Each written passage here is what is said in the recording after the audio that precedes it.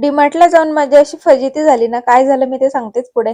पण सकाळी आता मी शेंगदाण्याचं कूट बनवायला घेतलं होतं आणि मिक्सर पण बऱ्याच दिवसाचं क्लीन केलं नव्हतं, म्हणून त्याला छान असं डीप क्लीन करून घेतलं.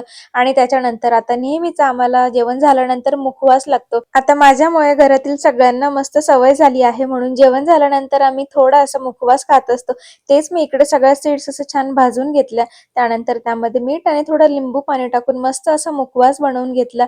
आणि म्हटलं चला आता हे तर एक काम झालं, पण आता नेहमीच आपलं काम तर राहिलंच आहे. म्हणून लवकर आज पनीरची भाजी बनवून घेतली. आणि आज मला जायचं होतं डीमार्टला, आणि तेही विहाला घेऊन. कारण जशी माझी डिलिव्हरी झाली ना, तशी मी अशी एकटी बाहेर गेलीच नाही विहाला घेऊन.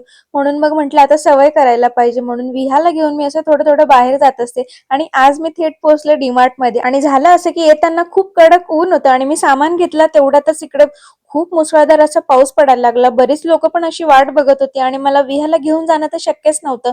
अशी माझी फजिती झाली. मला तिथे 1 तास वेट करावं लागलं आणि त्यानंतर फायनली जाऊन थोडा पाऊस कमी झाला. आणि विहाची पण थोडी चिडचिड झाली होती, कारण तिचा झोपेचा वेळ झाला होता. फायनली गाडी काढली आणि आम्ही दोघं घरी आलो सगळं सामान घेऊन. आणि घरी आल्यानंतर मला आज अचिव्हमेंट वाली फिलिंग आली. विहा तर खूप दमली होती, म्हणून तिला लगेच झोपवलं. संध्याकाळी छान छान गोड गोड रेडी केलं. तर असा होता आजचा दिवस. भेटूया नेक्स्ट व्हिडिओ मध्ये. बाय, काळजी घ्या.